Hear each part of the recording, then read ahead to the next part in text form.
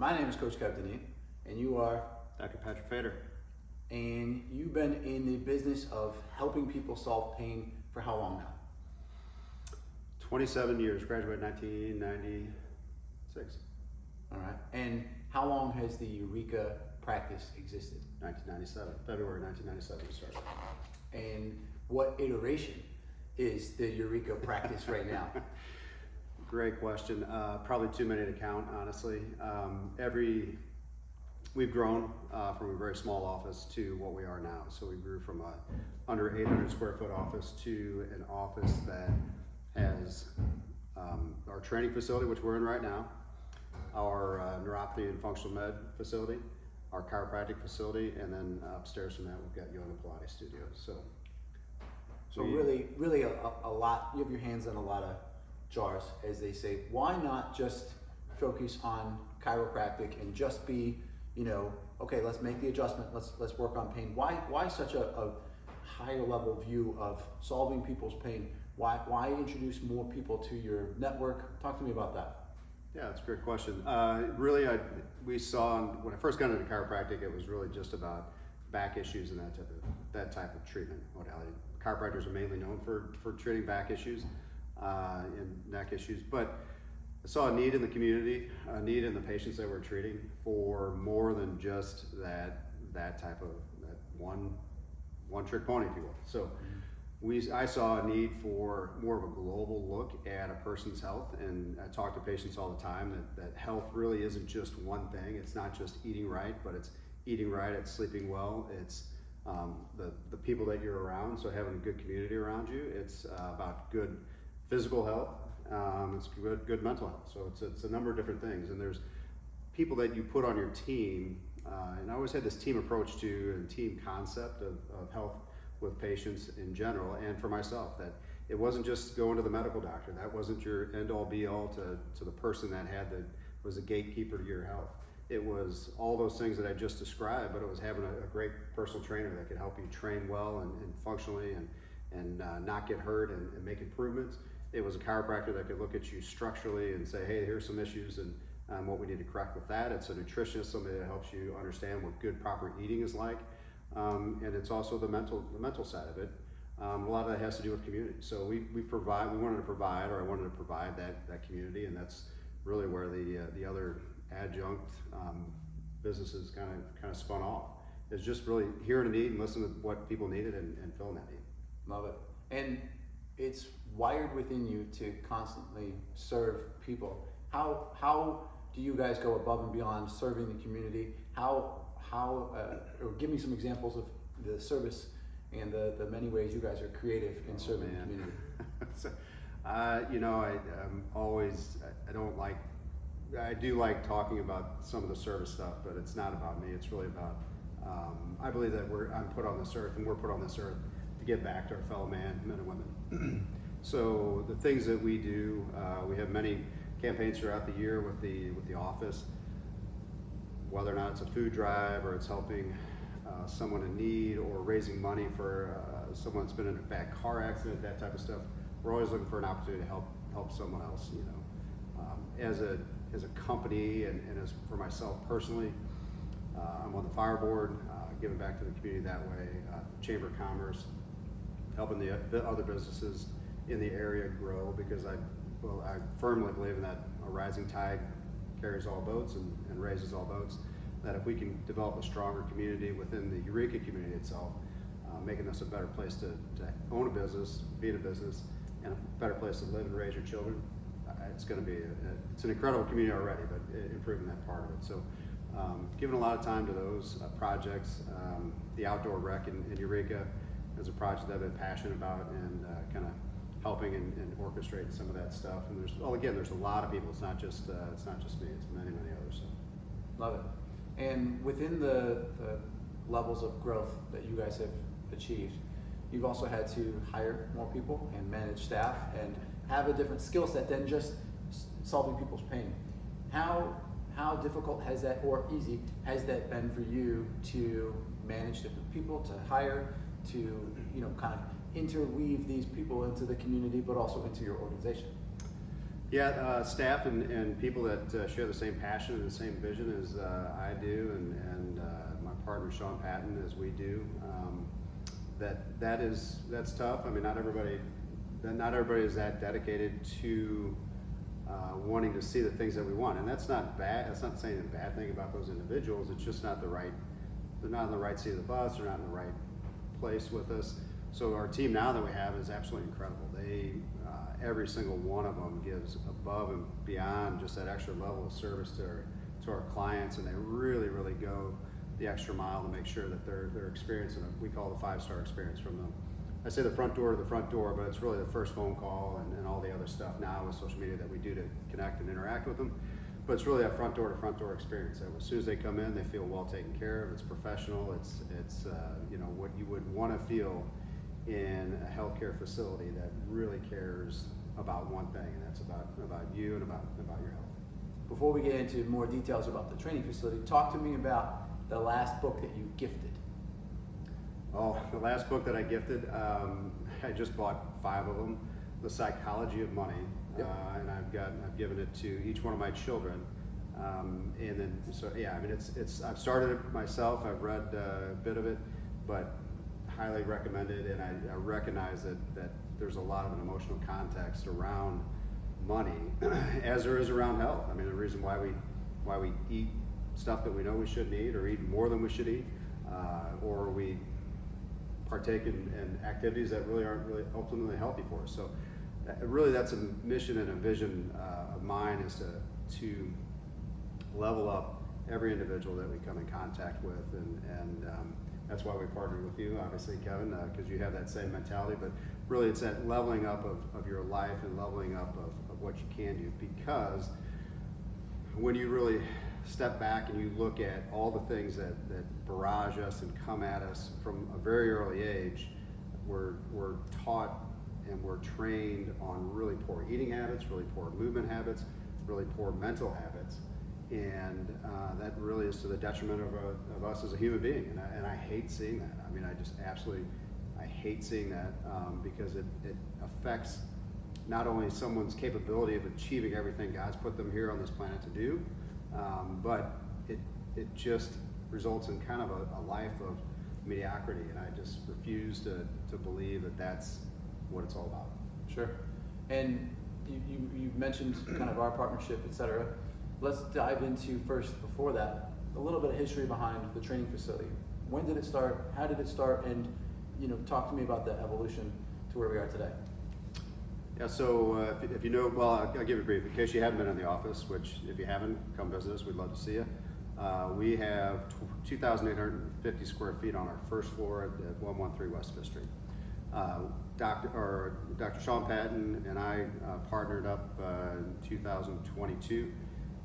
But prior to that, we had we saw the need for training not only as adults, but also personal training for athletes in sports. And the athletes, what we saw really with them is that their level of training was pretty good, pretty high, but there were some things that were lacking, because we kept on seeing patients that had gotten injured. So we added that to our portfolio, if you will.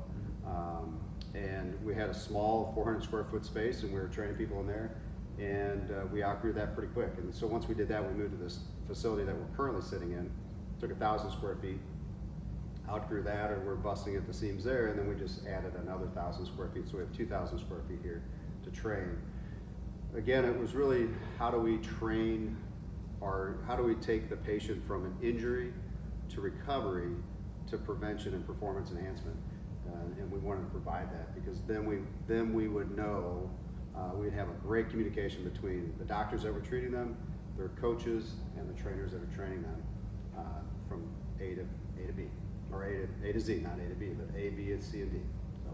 Yeah, you touched on something that's near and dear to my heart, which is the sports medicine and that relationship / the communication between all practitioners in an athlete's world. And what I mean by that is it's not just the athlete, but it's also their chauffeur, also known as their parent.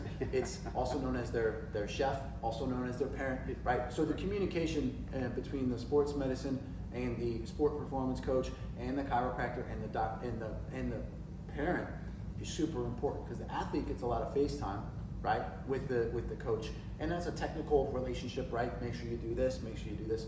But having the proper support like you have with your organization, but having communication and good communication at that between the sport performance coach, the sports medicine, the chiropractor, and the chef and the chauffeur, right, is so important. So how do you look at the relationship between the parent, the young athlete? What are your thoughts on solving the young athlete's temptation to go in a multitude of ways, or to be hyper focused, right, and only play one sport and maybe have a higher propensity for a catastrophic injury or a high repetitive stress injury? What are your thoughts on the youth athlete and how they can be put in the best position possible to succeed? You touched on probably half a dozen different things that we could pull out of that and really talk about. I mean, you talk about the relationship with the parents, the athlete, and the athlete's drive, and repetitive injuries, and how do you train them. Let's pick out the one where how do you train them, and the athlete, and because we have a lot of athletes that are just driven, and we don't want to take an athlete or a client off their activity. They mentally love it. I mean, especially if you kind of pick up that they really do love it. If you got a kid that you feel like is being pushed by a coach or a parent or something along those lines, that's I think a different story. So we, in a sense, as a trainer or their chiropractor, the doctor, play a little bit of a psychologist there and family counselor, if you will, from that standpoint. But how do you have to have somebody that quarterbacks and says that, hey, you've been doing these things over the past week, and we're headed for not burnout, but we're headed for an injury or a decrease in the performance. Let's mix it up and do this exercise, or maybe even if it's let's just do a yoga type stretch for the day, and somebody that really understands that and gets that aspect of it. So you want professionals around you around that athlete that really understand the psychology behind being an athlete, the training behind being an athlete, how to talk to an athlete, how to encourage them to eat better. I hear it all the time, or you hear it when my daughter was playing soccer that they were just flat today. Mm-hmm. Well, it's kind of interesting that they're being flat coordinated with, they were 4 hours away from their last meal, and their last meal probably wasn't that great to begin with. So now they've had no gas in the tank, and they played flat.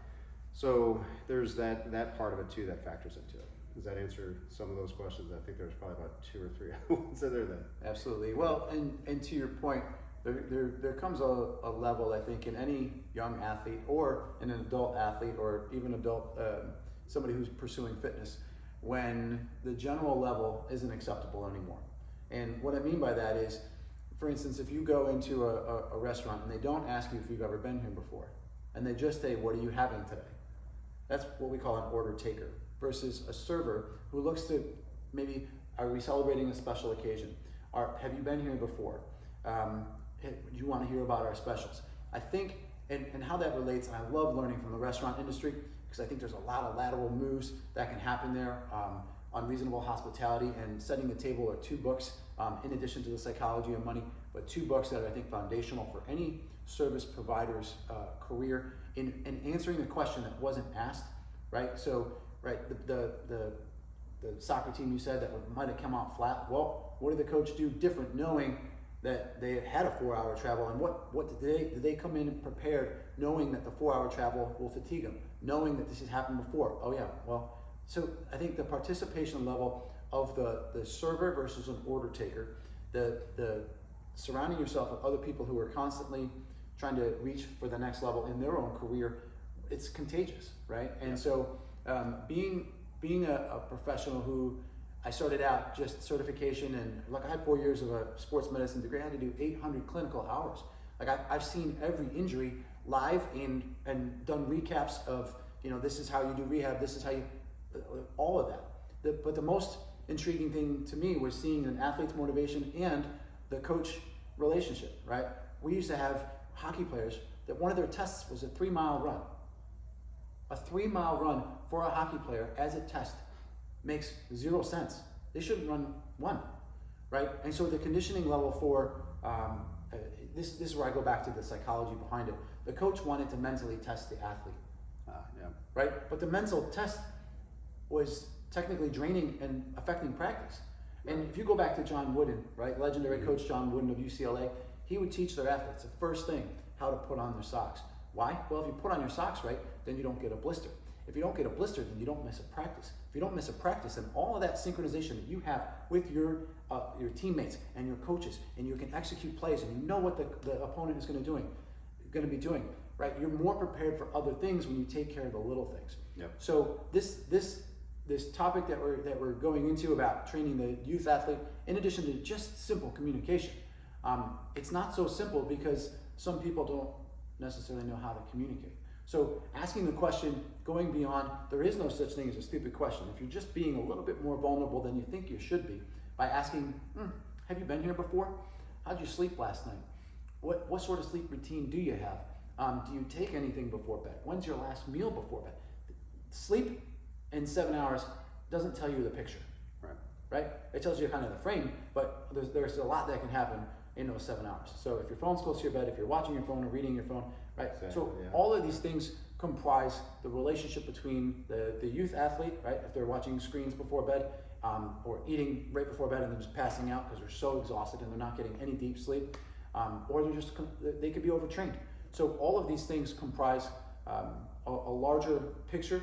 But going back to this facility specifically, is the youth athlete has the technical support of most coaches, right? Hey, practice your dribbling skills, practice your shooting, practice your swing, right?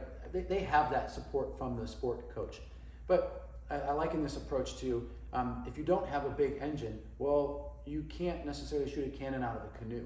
So giving a young athlete, and it doesn't mean that we're going to be powerlifting and doing power cleans and doing deadlifts.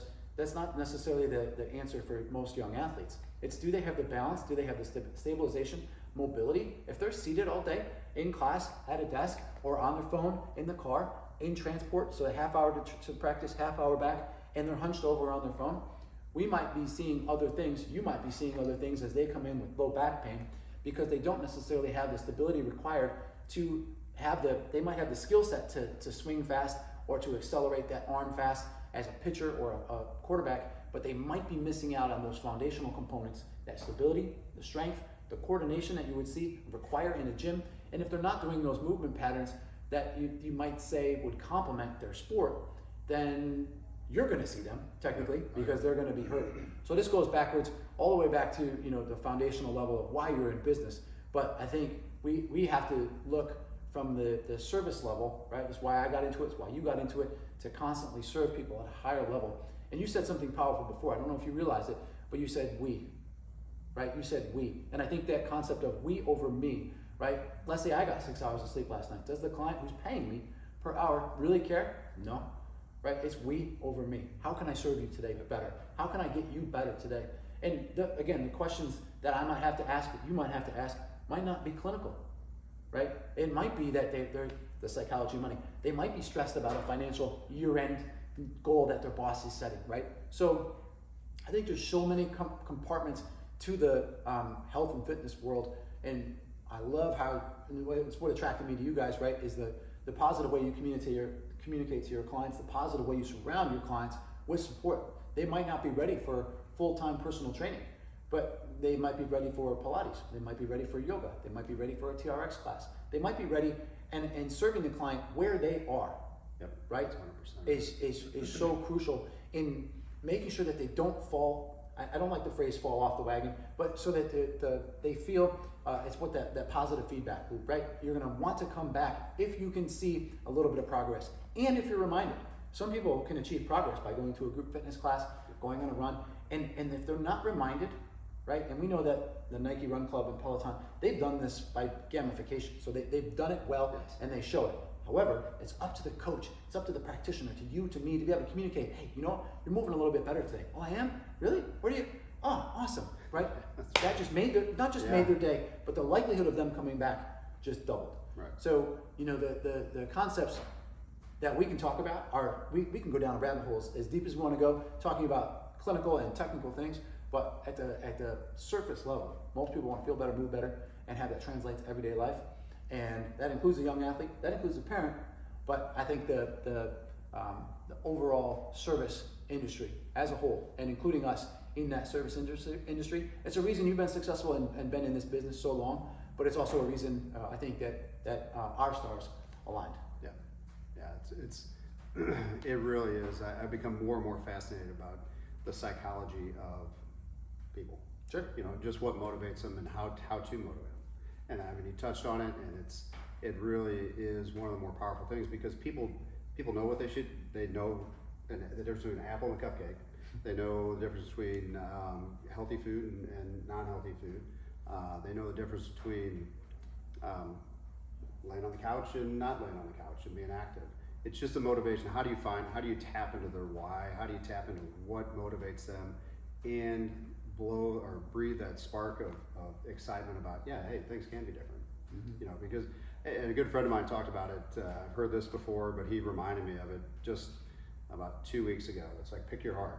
Being healthy is hard. Eating well is hard. Meal planning is hard. Taking the time to go work out is hard. But being unhealthy is really hard. Going to the doctor all the time because you've got some ailment is really, really hard. Having no energy to spend with your kids and do things that you would love to do is hard. So those things, you just really got to choose what you want to.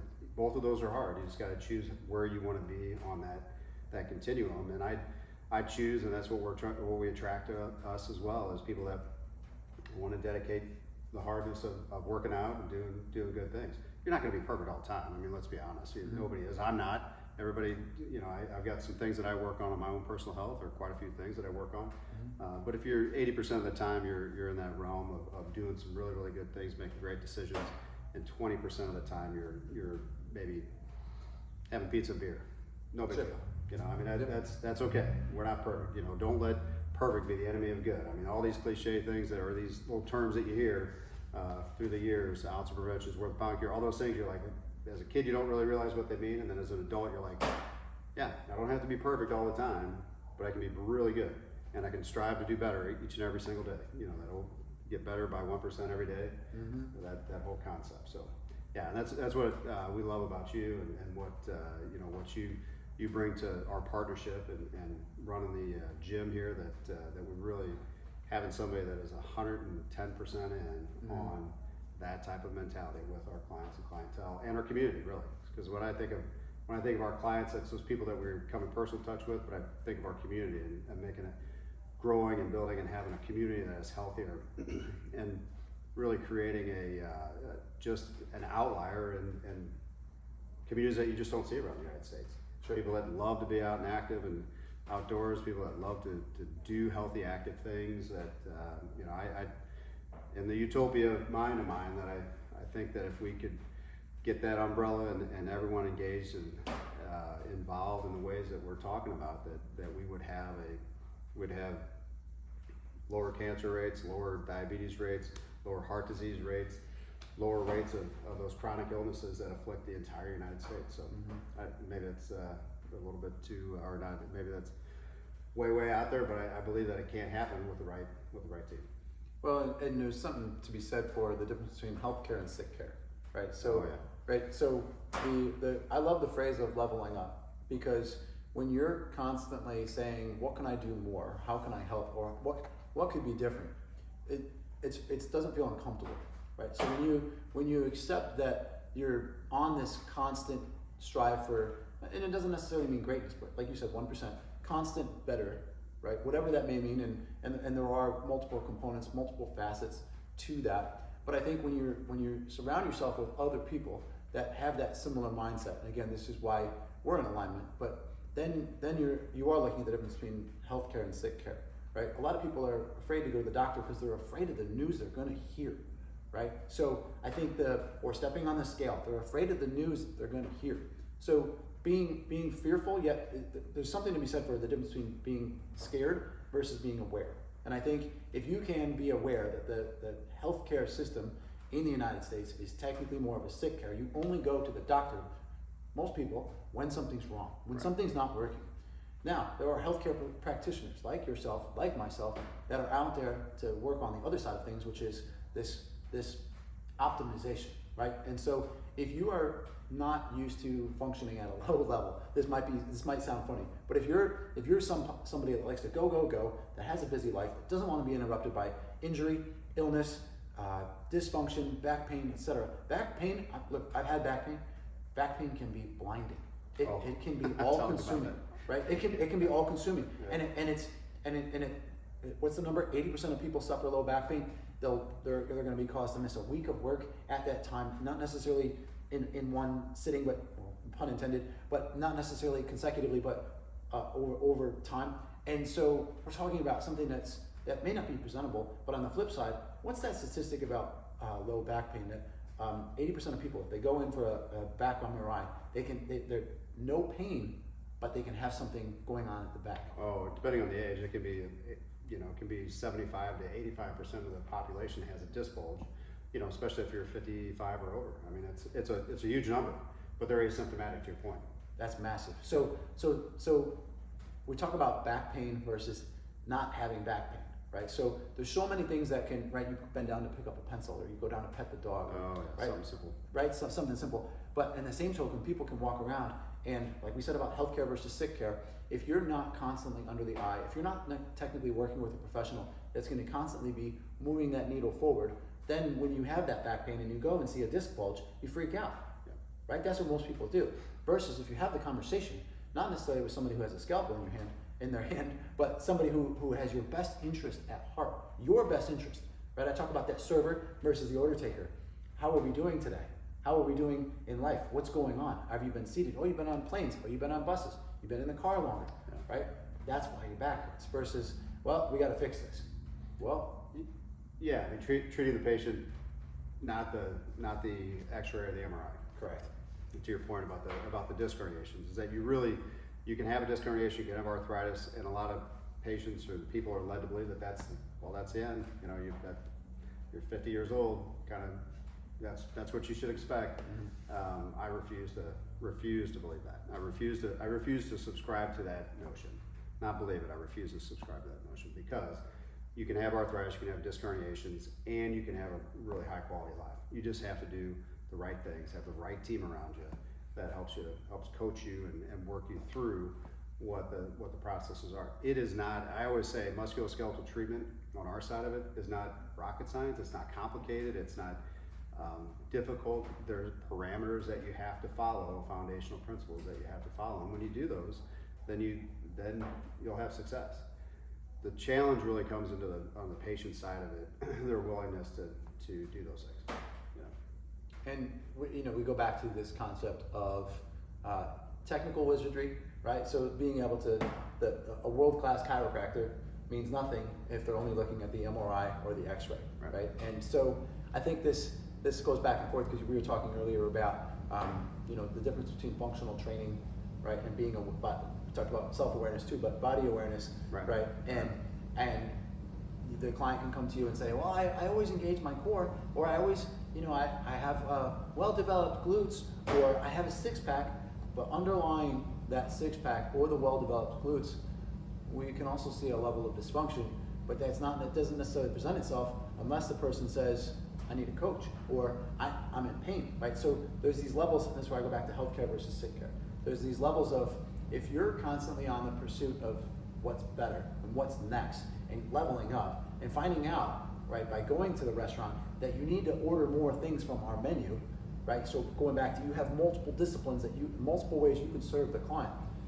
It's so important for that patient-client relationship to be, and to have an established open line of communication, because you never know, right? What's the expression? A closed mouth never gets fed.